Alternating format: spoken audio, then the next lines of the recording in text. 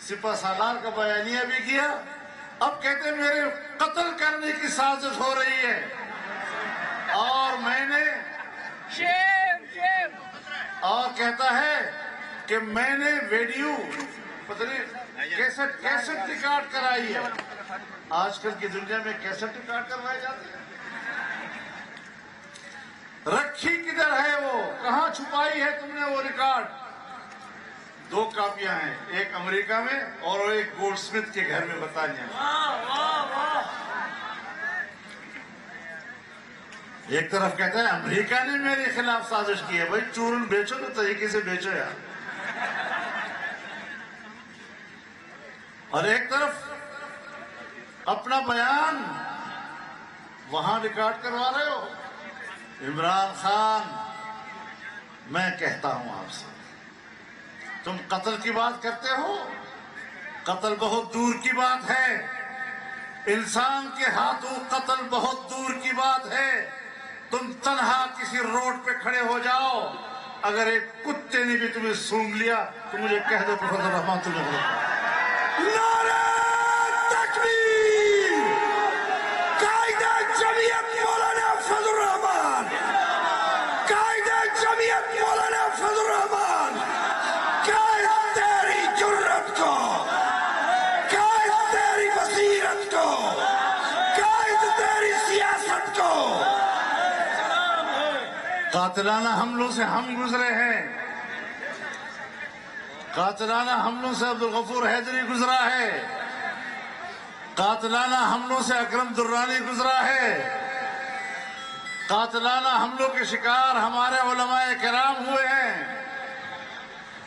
اور پھر بھی میدان میں کھڑے ہیں, جرت کے ساتھ کھڑے ہیں. 300 ساڑھے 300 کی تعداد میں پولیس, ایف سی اور رینجرز کی سیکورٹی لے کر نہیں کھڑے ہوئے. میرے محترم دوستو, سیاست کی بھی ڈھنگ ہوتی ہے, اس کو ڈھنگ بھی نہیں آتا. اور ملک کو کہاں پہنچایا. میں 2 باتیں آپ سے کہنا چاہتا ہوں اس حوالے سے. جب حکومت میں نہیں آیا تھا تو اس وقت کہا تھا کشمیر کو 3 حصوں میں تقسیم ہونا چاہیے. تو کشمیر کو 3 حصوں میں تقسیم کر دیا. ایک مودی کو دے دیا, ایک اپنے پاس رکھ لیا, ایک گلگت بلتستان کو اس سے الگ کر دیا. ابھی کون سی وحی تیری اوپر آئی جب تو نے بیان دیا اگر فوج نہ ہوتی تو پاکستان 3 حصوں میں تقسیم ہو چکا ہوتا. یہ 3 حصوں کا آئیڈیا کہاں سے آ گیا؟ نہ 2 حصوں میں تقسیم کی بات کرتا ہے, نہ 4 حصوں میں تقسیم کی بات کرتا ہے. 3 حصوں میں تقسیم کی بات کرتا ہے. کیا پروگرام تھا تیرا؟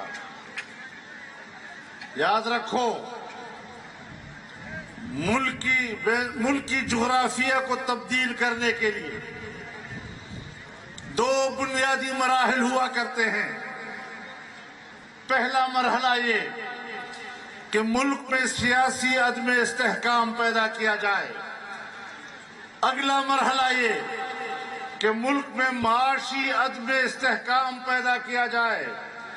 چنانچہ جب نواز شریف کی حکومت میں پاناما لایا گیا تو پاناما کیس کے ذریعے سے سیاسی عدم استحکام ملک میں لانے کی کوشش کی گئی, اور جب وہ مرحلہ گزرا تو عمران خان کے ذریعے سے معاشی عدم استحکام لایا گیا. یہ دونوں مرحلے پورے ہو گئے. اور جب ملک میں معاشی طور پر عدم استحکام آتا ہے, روپیہ اپنی قدر کھو بیٹھتا ہے, مہنگائی آسمان کو پہنچ جاتی ہے, عام آدمی کے قوت خرید ختم ہو جاتی ہے, تو پھر پبلک میں بغاوتیں شروع ہو جاتی ہیں. شکر ادا کرو پاکستان کی سیاستدانوں کا, شکر ادا کرو جمعیت علماء کا کہ ہم نے 4 سال تمام سیاسی قوتوں کو ایک پلیٹ فارم پر رکھا, چاروں صوبوں کے عوام کو ایک پلیٹ فارم پر رکھا, اور پاکستان کے کسی حصے میں ملک کے خلاف بغاوت نہیں ہونے دی. میں نے پچھلی دفعہ اسلام آباد میں بھی آپ سے کہا تھا کہ میں پاکستان کے عوام کو سلام کرتا ہوں، ملک کے ساتھ ان کی وفاداری کو سلام کرتا ہوں کہ ان حالات میں بھی وہ ملک کے ساتھ کھڑے رہے اور بغاوت کا کوئی تعصب نہیں دیا۔ آج اقتدار سے علیحدگی کے بعد وہ در بدر پھر رہا ہے، صرف اس لیے نہیں کہ اقتدار سے محروم ہوا، اس لیے کہ کسی طرح میں پھر اقتدار میں آؤں اور اگر ملک بچ گیا ہے تو اس کا مکمل خاتمہ کر دوں۔ اب آپ کی مرضی ہے، اس کو دوبارہ لاتے ہیں اور بچے کچھ ملک کو تب ختم کر دیتے ہیں تو بھی عوام کی مرضی ہے، لیکن ہم نے اس ملک کے بقا اور تحفظ کے لیے جنگ لڑنے کا عہد کیا ہوا ہے، انشاءاللہ العزیز اس کو پورا کریں گے۔ میں پاک افواج کو بھی یقین دلاتا ہوں، اعتماد دلاتا ہوں کہ پاکستان پر خدا نہ کرے کوئی برا وقت آئے، لیکن ایسے وقت میں اگر سرحدات پر مشکل آئی، اگر ملک کے اندر مشکل آئی تو ایک یوتھیا بھی آپ کے ساتھ نہیں ہوگا، یہی خاکسار، یہی نوجوان آپ کے شانہ بشانہ پاکستان کے بقا اور تحفظ کی جنگ لڑیں گے۔ نعرہ تکبیر! زندہ ہے جمعیت! زندہ ہے جمعیت! یہ تیری جمعیت، یہ میری جمعیت، مجاہدوں کی جمعیت۔ ہمارا مطالبہ تھا کہ اسٹیبلشمنٹ سیاست نہ کرے، ہمارا مطالبہ تھا کہ فوج سیاست میں مداخلت نہ کرے، اور جب فوج نے کہا کہ اب ہم نیوٹرل ہیں، ہم مداخلت نہیں کرتے، تو اس نے کہا نیوٹرل تو جانور ہوتا ہے۔ اب بتاؤ، یعنی اس کا معنی یہ کہ اگر فوج اس کے ساتھ ہے تو پھر فوج محترم ہے، اگر فوج حکومت کے ساتھ ہے تو پھر فوج محترم ہے، اور اگر فوج ملک کے ساتھ ہے تو یہ ہمیں قبول نہیں ہے۔ آپ کو یاد ہے ابھی کچھ دن پہلے ان کے ایک مقرر نے جلسے میں کہا کہ اگر گھر پہ ڈاکہ پڑے اور چوکیدار کہے کہ میں نیوٹرل ہوں تو یہ قبول نہیں ہے۔ میں ان کو بتانا چاہتا ہوں کہ چوکیدار یہ ملک کا چوکیدار ہے، تمہاری حکومت کا چوکیدار نہیں ہے۔ واہ واہ، بہت خوب۔ تمہارے ملک کا تمہاری حکومت کا دار و مدار پاکستان کے عوام پر ہے، تمہیں پاکستان کی پارلیمنٹ نے مسترد کیا ہے، تمہیں پاکستان کے عوام کے نمائندوں نے مسترد کیا ہے، تمہیں شکوہ کس سے؟ تم کسی ایک کا اعتماد برقرار نہیں رکھ سکتے، نہ عوام کا، نہ عوامی نمائندگان کا، نہ اپنے اتحادیوں کا، نہ اسٹیبلشمنٹ کا، نہ فوج کا، نہ بیوروکریسی کا۔ ہر شخص سر پیٹ رہا۔ میرے محترم دوستو، لیکن میں آج اس موقع پر بڑے احترام کے ساتھ ایک شکوہ کرنا چاہتا ہوں اپنی عدالت عظمیٰ سے، محترم عدالت سے، فاضل ججز سے۔ جب چیف ایگزیکٹو نے اپنے ایگزیکٹو اختیارات کو استعمال کرتے ہوئے ایف آئی اے کے افسر کو یا افسروں کو تبدیل کیا تو آپ نے سو موٹو کیوں لیا؟ کس کے کہنے پہ لیا؟ عمران خان کے جلسے میں ایک گفتگو پر آپ نے اتنا بڑا اقدام کر دیا کہ آپ نے سو موٹو لے لیا؟ پھر آپ آئے نا، پھر آپ حکومت کریں، پھر آپ ایگزیکٹو چیف بن جائیں۔ عدلیہ کا اپنا کام، ایگزیکٹو کا اپنا کام، اور آپ ان لوگوں سے ڈرتے ہیں؟ یہ عدالت کے سامنے کھڑے ہو جائیں، اور اگر یہ مخلوق عدالت کے سامنے کھڑی ہو گئی پھر کیا کرو گے؟ پھر کیا کرو گے؟ عدالت آزادی کے ساتھ فیصلے کرے. عدالت کے کسی سو موٹو سے اگر یہ تاثر ملتا ہے کہ وہ دباؤ میں کیا گیا ہے تو آپ بتائیں کہ اس کے نتیجے میں جو فیصلہ آئے گا اس کے عوام کے دلوں میں کیا قدر و قیمت ہوگی. عجیب بات یہ ہے کہ جب عمران حکومت میں پاناما کیس کے اندر نواز شریف صاحب کے خلاف فیصلہ دینے والا بعد میں ایف آئی اے کا ڈائریکٹر جنرل بنا دیا جاتا ہے، وہاں تو آپ نے سو موٹو نہیں لیا. جب بشیر میمن نے چیخ کر انٹرویوز دی کہ مجھے بلا بلا کر کہتا تھا کہ آپ فلاں کے خلاف کیس کرو، فلاں کے خلاف کیس کرو، فلاں کے خلاف کیس کرو، اس ڈی جی کے اس چیخو پکار پر تو آپ نے کوئی سو موٹو نہیں لیا. جسٹس ارشد صدیقی چیخ رہا ہے، چلا رہا ہے بطور جج کے، اس کی چیخ و چلاہٹ پر تو آپ نے کوئی نوٹس نہیں لیا. آج ایک بیان جلسے میں دے دیا اور آپ نے اس پر اتنا نوٹس لے لیا.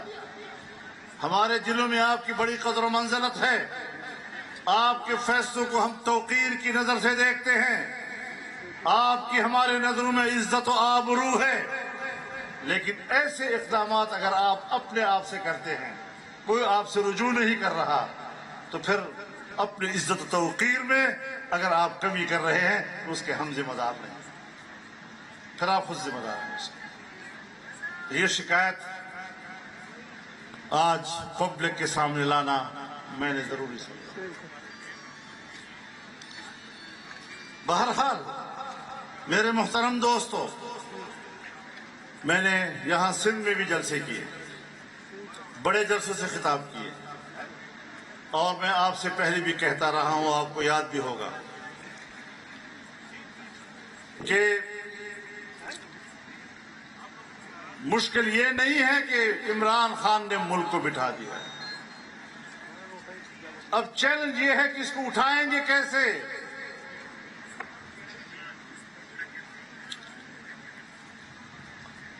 اب وہ جو بند ٹوٹا ہے تو آپ ہم سے کہتے ہیں کہ آج وہ اتنا بڑا بند آپ نے دوبارہ کیوں تعمیر نہیں کیا. ابھی تو وہ تباہی کرے گا. عمران خان کی حکومت کے پہلے سال ان کے اپنے ماہرین نے انٹرویوز دیے اور کہا کہ عمران صاحب کا پروگرام یہی ہے کہ روپیہ 200 روپیہ $1 تک جائے گا. یہ ان کا ایجنڈا تھا. آج اگر 200 پہ گیا ہے اس کے اپنے ایجنڈے کے تحت گیا ہے. ہم نے کنٹرول کرنا ہے. کس طرح کنٹرول کرنا ہے؟ جب تک آپ بزنس کمیونٹی کا اعتماد بحال نہیں کریں گے، جب تک آپ بیوروکریسی کا اعتماد بحال نہیں کریں گے، جب تک حکومت کو ریاستی اداروں کا تعاون حاصل نہیں ہوگا، اعتماد کا ماحول بحال کرنا مشکل ہے. ابھی ہم نے اس کو ہٹایا ہے. اب 1 سال میں ہم نے ملک کو پٹڑی پہ ڈالنا ہے. کیسے چلیں گے؟ کس مشکل میں ہم سفر کریں گے؟ کس پگڈنڈی کے اوپر ہم نے چلنا ہے؟ اور اس ملک کو واپس اپنی حالت پہ لانے کے لیے ہاتھ پاؤں مارنے ہیں. یہ ایک چیلنج ہے، کوئی آسان کام نہیں ہے. 3.5 سال میں تم نے جو ملک کا کباڑہ کیا، ظاہر ہے کہ عمارت کو گرانا تو ایک لمحے کا کام، گند پھیلانا تو ایک لمحے کا کام. تم نے 4 سال میں جو گند پھیلایا، ہم سے توقع رکھتے ہو کہ 4 دن کے اندر اندر اس گند کو صاف کریں؟ اس میں تو وقت لگے گا. یہ تو چیلنج ہے جو ہم نے قبول کیا. ہم نے ملک کو ان سے چھینا تاکہ ملک بچ جائے. پہلے ملک کو بچانا ہے، ملک کی پھر اقتصاد کو بچانا ہے، اس کو صحیح رخ پہ لانا ہے. اور یہ ایک بڑا چیلنج ہے جو قومی سطح کے باہمی تعاون کے بغیر ممکن نہیں ہو سکے گا. میرے محترم دوستو، انشاءاللہ العزیز اس وقت ہمارے لیے مشکلات پیدا کی جا رہی ہیں، لیکن ایک بات ضرور کہوں گا کہ ان جلسڑیوں کا دباؤ نہ لیا جائے۔ روز روز بیان تبدیل ہو رہے ہیں، ایک دن ایک بیانیہ، کل دوسرا بیانیہ، پھر تیسرا بیانیہ، پھر چوتھا بیانیہ۔ ابھی کوئی ایک بات پہ ٹھہر تو جاؤ، ہم تو ایک ہی بات پہ ٹھہرے ہوئے۔ آپ کا جو تعارف ہم نے پہلے دن کرایا تھا، ہم آج بھی اس پہ قائم ہیں، ہم آج بھی اس پہ قائم ہیں، اور لمحہ لمحہ گزرتا ہے تصدیق کر رہا ہے وہ اس بات۔ تو میرے محترم دوستو، ان حالات میں ہم نے چیلنج قبول کیے ہوئے ہیں، اور انشاءاللہ پاکستان کو بچانا ہے، ملک کو بچانا ہے، چاروں صوبوں کا اعتماد کو ٹھیک رکھنا ہے، صوبوں کے حقوق کی بات کرنی ہے۔ آج اگر میں سندھ میں کھڑا ہوں، میں پہلی مرتبہ آپ کے پاس نہیں آیا ہوں، میری 40 سال گزر گئے، اور کوئی سال ایسا نہیں گزرا جہاں میں ایک سے زیادہ مرتبہ سندھ میں نہ آیا ہوں۔ ایک رشتہ بن گیا آپ کے ساتھ، ایک تعلق بن گیا آپ کے ساتھ، اور آپ کے بچے بچے کے حقوق کی انشاءاللہ جنگ لڑتا رہوں گا انشاءاللہ۔ جزاکم اللہ، جزاکم اللہ۔ ہم کسی کے ساتھ تعصب نہیں برتیں گے، یہ قومی یکجہتی کا مسئلہ ہے، جمعیت علماء اسلام کے منشور کا مسئلہ ہے، اور ہر صوبہ اپنے وسائل کا مالک ہے، اور ہر صوبے کا بچہ اپنے وسائل کا پر اپنا حق رکھتا ہے۔ تو میرے محترم دوستو، ہم نے پورے ملک کو چلانا ہے، ہم نے ایک قوم بنانا ہے، ایک پاکستانی قوم کی طرح ہم نے ملک کے اندر ایک یکجہتی پیدا کرنی ہے۔ جس یکجہتی کو اس شخص نے تباہ کیا ہے، اس کو دوبارہ لانا ہے۔ جس اقتصاد کو اس نے تباہ کیا ہے، بین الاقوامی سطح پر ہمیں اس نے تنہا کر دیا ہے۔ میں حیران ایک بات پر ہوں، نعرے ہیں چور چور چور چور چور چور چور، یہ نعرے ہیں، یہ سیاست ہے، چور چور چور چور چور۔ بھائی نواز شریف چور ہے، شہباز شریف چور ہے، زرداری چور ہے، اس چور کو چین بھی پیسے دینے کو تیار، اس کو سعودی عرب بھی پیسے دینے کو تیار، اس کو IMF بھی قرضے دینے کو تیار، اس کو یورپ بھی پیسے دینے کو تیار، امریکہ بھی پیسے دینے کو تیار۔ اور یہ جو بنا ہوا ہے نا صادق اور امین، اس پر تو نہ چین اعتماد کرنے کو تیار ہے، نہ سعودی عرب، نہ امارات، نہ مغرب، نہ مشرق۔ ساری دنیا کہتی ہے اس کو پیسہ دے کر تباہ ہو جائے گا۔ چور نیازی مردہ آباد، چور نیازی، گھڑی چور نیازی، گھڑی چور نیازی، ہار چور نیازی، ہار چور نیازی، اور تماشا یہ ہے، حرامی نیازی۔ تماشا یہ ہے کہ اس ملک کے اندر انہوں نے چور چور کے نعرے لگائے جس ملک کے بادشاہ کی گھڑی کو اس سے خود چوری کیا تھا۔ اے توشا چور، اس قسم کی باتیں نہ کرو، ورنہ تم تو ہر لحاظ سے کنگال ہو، گھر سے بھی کنگال اور باہر سے بھی کنگال۔ نہ تمہاری کوئی اخلاقی کوئی قیمت ہے، نہ کوئی سیاسی قیمت ہے تیری۔ دنیا تمہیں جانتی ہے، تم پر اعتماد کرنے کو تیار نہیں۔ کیوں تیار نہیں؟ سوچو ذرا۔ میرے محترم دوستو، اس فتنے سے الگ ہو جاؤ۔ ہم ہمدردی کے ساتھ آپ سے بات کر رہے ہیں، ہم دعوت دے رہے ہیں کہ کوئی مسلمان پاکستان کی تباہی میں اس کے ساتھ شریک نہ ہو، ملک کی تباہی میں اس کے ساتھ شریک ہونے کے لیے کوئی تیار نہیں ہونا چاہیے۔ ہاں، میں جانتا ہوں، اتنا ضرور جانتا ہوں کہ ملک کے اندر ایک ایلیٹ کلاس ہے، اشرافیہ، ان کے گھروں میں ان کی آنٹیاں آنسو بہا رہی ہے عمران کے جانے پہ۔ وہی آنسو نہیں ہیں، پتہ چلتا ہے کہ کون کون سے خاندان ہیں اور کون کون سے گھرانے ہیں جو بین الاقوامی اس نیٹ ورک کے ساتھ وابستہ رہے ہیں، اور آج ان کے گھر میں ماتم ہے، ان کے گھر میں عجیب، واہ، نشاندہی ہو رہی، واہ۔ تو وہاں سے ہمیں پتہ چل رہا ہے کہ کہاں کہاں کس کس کی ماں مری ہے، اور لڑیں گے ہم انشاءاللہ، چھوڑیں گے نہیں اس بات کو انشاءاللہ۔ ورنہ لوگ کہتے ہیں آپ کی تو اب حکومت آ گئی ہے، اب آپ کو جلسہ کرنے کی کیا ضرورت ہے؟ ہم کہتے ہیں وَقَاتِلُوهُمْ حَتَّى لَا تَكُونَ فِتْنَةٌ، فتنے سے لڑنا ہے۔ جب تک فتنے کو دفن نہیں کریں گے، جب تک سمندر برد نہیں کریں گے، انشاءاللہ یہ نظریہ، یہ پرچم، یہ حق بلند رہے گا۔ 200 سال سے انگریزوں کے خلاف سربلند یہ پرچم لہراتا لہراتا آج پاکستان کے نوجوان کے ہاتھ میں ہے، اور انشاءاللہ منزل حاصل کر کے رہے گا۔ اللہ ہمارا مددگار ہو، اللہ ہمارا حامی و ناصر ہو۔ میں آپ کو اس کامیاب جلسے پر ایک بار مبارکباد دیتا ہوں۔ وآخر دعوانا الحمدللہ رب العالمین۔ نبی کانفرنس سے خطاب کر رہے تھے، ان کا کہنا تھا کہ عوامی حقوق کے لیے جدوجہد کر رہے ہیں۔